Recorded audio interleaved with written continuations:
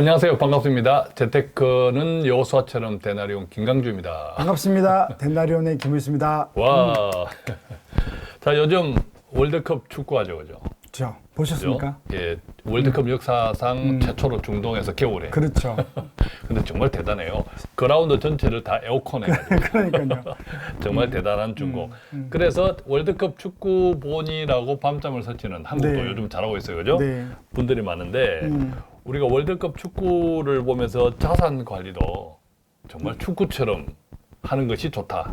이런 생각을 좀 했다고 하는 우리 김호 센터장이 축구 보면서 네. 자산 관리를 생각했대요. 네. 데나리온 방송을 위해서. 오늘 그 이야기를 좀 나누어 볼 건데 네. 어떤 사례가 있었나요? 네, 그 50대 중반 퇴직자였고요. 예. 퇴직금이 그리고 연봉이 많아서 좀 예. 많았습니다. 한 2억 정도 됐습니다. 2억 정도. 네. 2억 정도를 퇴직자니까 퇴직을 하셨네. 네, 그래서 IRP를 만들어 드렸고요. 그리고 이제 돈이 2억이 들어왔습니다. 예. 2억이 들어왔으면 이 2억을 어떻게 투자하는 게 좋은가를 상담하셨을 건데 우선 네. 그러면 이제 투자 성향 같은 것을 이분의 어떤지를 살펴보셨을 것 같은데. 네, 처음에 이제 어떻습니까? 자료를 보여주고 통화할 때 예. 이제 오기 전에 잠깐 통화를 했거든요. 그래서 자기는 아주 공격적이다. 공격적이다. 네, 그 제가 뭐라고 했는가면 퇴직임금은 국가에서 하는 거고 제도적으로 그래서 연금이지 않습니까? 그래서 예. 아무리 공격적이어도 100% 주식을 할 수 없다. 그렇죠. 그러니까 30% 내 돈인데 왜 100% 주식이 안 되냐 그래서 자기는 아주 공격적이래요. 예. 그래서 그러지 않다라고 이야기를 했죠. 그러면 계속 공격적인 성향이면 그동안의 투자도 자기 개인적인 투자도 좀 공격적으로 하셨을 것 같은데. 아주 공격적이었어요. 그래서 어땠습니까? 자료를 받고 골을 많이 넣었습니까? 네, 아니에요. 골을 많이 넣었어요. 골은 많이 골을 넣었는데. 넣었는데 자기도 3골 넣으면 6골을 얻어먹었죠. 6골을. 네, 결국 그게 됐어요. 그래서 1억을 투자했는데 이거저거 다 해보니 5천만 원밖에 안 남았던 거예요. 1억을 했는데. 네, 아주 공격적이었습니다. 그렇죠. 그랬는데 네. 뒷문이 열려 있었네. 그렇죠. 그래서 뒷문이 열려 있었네. 투자는 잘했던 것 같아요. 우욱 올려가서 코인도 막 넣고, 코인도. 네, 그래도 바이오주도 좀 하고, 다양하게 했네. 네, 그죠? 우리나라 대표 전자주도 했는데 다 몰려갔는데 여기가 비어 있던 거죠. 공격수들을 하려 했네. 그죠? 네. 뭐 코인 또 바이오 뭐 등등 해서 공격수들을 하려 했네. 수비수가 없었던 것 같습니다. 수비 없이 다 전국이 네, 다 올라갔습니다. 골집까지 다 올라간 거 아니에요? 네, 그런 것 같습니다.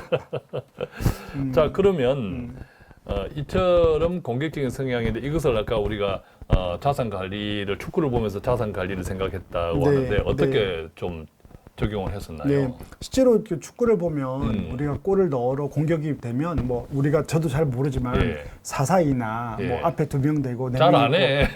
이런 전략이 3-5-2 이런 전략들이 있지 않습니까? 예. 이런 것들을 봤을 때 반드시 공격수와 중간에 미들, 허리 그리고 수비수가 있고 예.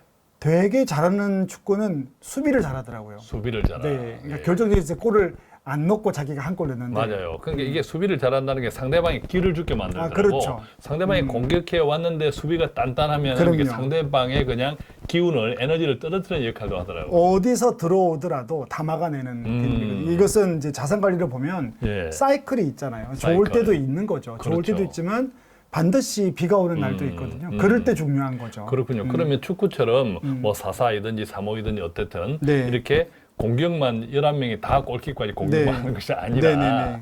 위치 선정을 해서 적절하게 이렇게 그렇죠. 자기 역할을 가지고 있잖아요. 자기가 방하는 자기 공간을. 네. 그것을 우리가 한마디로 이야기하면 자산 배분이죠. 배분. 네. 그렇군요. 그러니까 자산 배분. 이분은 투자가 아주 공격적이고 무분별하지만 그 공격 성향을 가지고 있지만 자산 배분을 자산 배분. 시장에 맞게끔 또한 그 환경에 맞게끔 또 해야 되는 거죠. IRP 같은 퇴직연금 같은 경우에는 네. 기본적으로 30%를 안전자산을 투자해라 이게 있잖아요. 못하게 돼 있죠. 그 이상은. 네. 기본적으로는 한 30% 정도는 수비를 해라 그렇죠. 이 뜻이네. 아무리 너 공격 축구를 하고 싶어 이런 거죠. 공격 축구를 하고 싶어 그래도 골키퍼는 있어야 되고 네. 맨 밑에 헤드라인 맨 밑에 2명을 있어야 돼. 그게 30%거든요. 그렇죠. 저는 그렇게 생각해요. 나머지는 그 미들 이상 올려 예. 이렇게 볼 때 그래도 수비는 30% 있어야 돼요. 맞아요. 네. 그것이 자산 배분이다. 정말 놀라운 발견을 하셨네. 축구를 보다 보니 축구를 보다 보니 네. 놀라운 발견을 하셨다. 자, 그러면 네. 이분이 2억, 그죠? 네. 2억을 가지고 자 지금부터 이런 자산 배분의 축구 전략에 따라서 네, 네, 네. 축구 전략에 따라서 한다고 할 때 네. 자, 그래도 요즘 변동성도 심하고 네. 내년에 어떻게 될지 모르는데 어떻게 네. 하셨어요? 그러니까 지금은 그렇게 말해주면 되죠. 지금은 축구를 하는데 상대방이 너무 공격적이고 근데 우리보다 세요. 그 어떻게 될지 몰라요. 그러면 그렇지. 맞붙지 말고 예. 수비 중심으로 가자. 그리고 우리는 지키자 일단. 선수비 후 공격. 네, 그리고 한 골을 넣자. 예, 2골 넣고 4골 먹지 말고. 이번에 사우디아라비아 그렇게 해서 아르헨티나를 잡았잖아요. 그렇죠. 선수비 후 공격. 그렇죠. 예. 마지막에 2골을 이렇게 넣었는데 그런 식으로 이분도 공격적이지만 2023년 내년에 변동이 내년에는 저는 심할 변동이 거라고 좀 심할 보고 거라고 그 우리 보고. 모두가 알고 있거든요. 예측은 못하지만 변동은 심할 거다. 그러면 저는 멀리 보면 좀 공격적인 투자로 가더라도 내년은 좀 더 수비를 단단하게 하자. 상대편 팀이 파상 공세가 나올 거다. 내년은 그럴 것 같아요. 파상 공세가 나오니까 우리가 일단 수비를 탄탄해야 네, 한다. 내년에. 그래서 그렇게 본다면 이제 아까 말씀드렸지만 안전 비중, 채권 비중을 한 60%나 70% 올리고, 가지고. 네, 그다음에 주식 비중을 한 30% 정도만 하자. 30% 가자. 자, 그렇다면 채권이라고 할 때 채권은 어떤 상품들이 있나요? 여기서 이제 오늘 핵심은 이거예요. 그 사람들이 IRP나 트윈임금을 할 때 채권 그러면 다 채권 투자만 생각하는 거죠. 그렇죠. 채권형 펀드 뭐 네, 이런 거. 채권형 펀드, 채권형 혼합 채권형 아니면 그냥 또 장기채를 산다든지. 그런데 저축은행도 채권형 안정형에 포함됩니다. 저축은행이라고 하면 그 예금 상품. 네, 우리가 요즘 고금리. 한 5% 6% 주니까 요즘 투자하기 싫고요. 그냥 은행에만 넣어놔도 5% 6% 나와요. 그게 굉장히 큰 그죠. 거잖아요. 네. 근데 그거를 IRP 안에서 할 수 있는데 사람들이 몰라요. 네. IRP 안에는 우리가 채권형 아까 뭐 70%라고 네, 하면 안정형. 네. 그 70% 속에는 꼭 뭐 채권형 펀드나 이것뿐만 아니라 네. 저축은행 예금도 편입할 수 있다. 네, 흔히 우리가 하는 예금입니다. 그걸 좀 잘 투자가 찾아봐야겠네, 그죠? 네. 그것도 금리가 다를 그렇죠. 테니까. 그래서 각각 여러분들이 있는 증권사에 가면 홈페이지에 거기에 이제 그렇게 되어 있습니다. 예. 주식, 채권, 그다음에 이제 저축. 그래서 저축은행이 또 이제 이자 높은 것도 나오거든요. 그렇죠. 네. 자, 그랬을 때 어쨌든 이 예금은 단점이 있다면 그 기간을 지켜야 이자가 그렇죠. 1년이면 1년, 네네네. 뭐 5%, 6%로 네, 1년을 그렇죠. 지키다는 네, 이제 맞습니다. 채권은 주식처럼 또 팔고 사면서 또 채권 이익을 누릴 수도 있는 거고 네네. 그 70% 속에서 자신의 투자 성향이나 네. 이런 내용을 가지고 조금 분배해야겠네, 그렇죠. 그죠? 그 내년 예. 같은 경우는 또 누군가는 이제 채권 금리가 떨어지니까 채권 수익은 좋아지는 거거든요. 그렇습니다. 내년에 이제 경기 침체가 네. 경기 침체에 대해서 좀 이슈가 부각되면 네, 그래서 이제 저는 개인적으로는 70% 안에 저축은행을 좀 적절하게 넣고 또 이걸 또 너무 많이 하면 1년간 묶이는 거니까 그렇습니다. 예. 나머지를 채권 투자를 좀 안전하게 하자 그렇게 말씀을 드렸고요. 자, 네. 그렇다면 이제 이분이 총 2억인데 네. 거기서 7대 3으로 하면 30% 주식을 어떻게 하느냐도 문제네, 그죠? 6천만 원이 남았죠. 예, 네. 자, 6천만 원 공격수잖아요. 네. 공격수들을 몽땅 총공격? 그건 아닙니다. 이분도 그러면 이제 참았다가 한 번에 말았듯이 6천만 원, 그럼 내일 넣어요 이러더라고요. 안 된다. 네, 어쨌든 내년에 변동은 있으니까 우리보다 세다. 네, 그래서 우리가 수비를 이렇게 했으니까 눈치 보고 넣자. 눈치 보고 네, 넣자. 그래서 이제 6천만 원을 3번에서 한 5, 6번 나눠서 하기로 했습니다. 6천만 원을 세 번에서 이제 언제 들어가야 될지 또 몇 차례로 나눌지는 네. 그분들의 투자 성향이 네, 다 다르니까. 또 저한테 물어보거나 또 그분이 정보를 봐서 의논해서 꼭 완전한 타이밍을 잡기 힘들지만 어쨌든 지금 시장에 6천만 원이 한 번에 다 들어가는 건 그렇다. 이것도 그렇죠. 배분이다. 시간 배분. 배분이죠. 시간 배분인 분산이다, 거죠. 그죠? 네, 그래서 시간 배분. 일단 내년 안에는 다 넣기로 했습니다. 네. 내년 안에는 다 넣기로 네, 하되 네. 적절하게 나누어서 네. 또 그는 또 전문가 역할도 있는 거고 네, 같이 그렇게 의논해서 하겠다. 예. 나름대로 타이밍을 좀 잡아드리기로 했습니다. 자, 오늘은 이렇게 지금 우리가 이야기 드리고 있는 것은 궁극적으로 이분의 퇴직금 자산이지만 네. 모든 자산 투자에 다 적용되는 거네, 그죠? 아, 그럼요. 뭐 IRP가 아니더라도 그냥 우리 인생의 모든 돈의 그렇습니다. 투자는 축구다. 예, 네. 상대편이 갑자기 공격 일변대로 확 나올 때는 네. 우리가 조금 수비를 그렇죠. 더 단단해하고 네. 그러면서 공격할 기회를 찾고 네. 공격할 기회가 오더라도 골키퍼까지 다 공격이 아니라 그렇죠. 그것도 배분해서 하는 거죠. 또 배분해서 네. 모든 게 그러네. 네. 그렇다면 이제 이분은 어쨌든 은퇴를 했잖아요. 네. 은퇴라고 퇴직금이 나왔는데 다른 분들도 은퇴가 가까울수록 네. 또 어떤 전략 우리가 주식이나 채권 등등을 큰 틀에서 보면 네. 어떤 전략들이 기본적으로 네. 원칙을 가지고 있어야 할까요? 일반적으로 예전에 저도 그 공부한 것 같은데 자산 배분할 때 주식과 채권의 비중을 나이에 반대로 해라. 그러니까 30대가 되면 30%를 채권, 주식을 70%. 그러니까 채권 비중을 자기 나이만큼 해라. 네.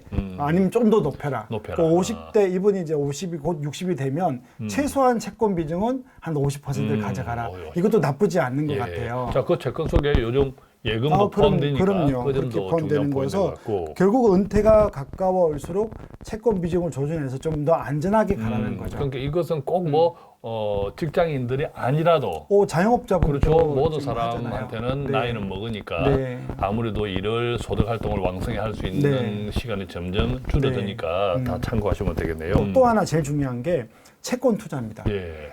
2022년 올해 투자 중에 주식만큼 원래 주식이 떨어지면 채권이 오르는데 올해 장기채가 올라서 예. 채권 투자가 정말 박살났거든요. 맞습니다. 장기채 금리가 올라서 네, 그러죠. 금리 올라서. 예. 그래서 혼합형 채권 투자했는데 보통 주식이 10% 떨어지면 얘는 2% 떨어져야 되는데 같이 8%씩 떨어지는 그렇죠. 거예요. 일반적으로 주식과 채권을 나누어 투자를 할 때는 이 주식은 좀 위험 자산이고 네. 채권은 좀 안정적인 자산이라서 상관관계가 그랬는데 예, 올해는 다 위험 자산이 되어서 너무 다 많이 떨어졌어요. 떨어졌어요. 예. 이게 40년 만에 되풀이되는 처음입니다. 현상이에요. 네. 되풀이되는. 그러면 이제 2023년이나 4년 확실하지 않지만 예. 언젠간 또 금리가 떨어질 여러분들이 것이고. 연준의 금리가 떨어지기 시작하면 우리는 저축은행보다는 채권 투자를 하는 그렇죠. 요즘 사실은 금리가 떨어지는 시점에서 채권 가격이 오른다기보다는 이미 그렇죠. 그 전에 먼저 반영되니까 6개월 한 6개월 정도. 네. 지금 금리가 보통 이제 목표 금리를 5%대에서 보면 한 네. 8분 응선을 넘었잖아요, 이미. 지금 이미 채권 쪽 투자가 그렇죠. 움직이고 있는 그러면서 거죠. 이제 경기 침체에 대한 네. 걱정들을 많이 하고 네.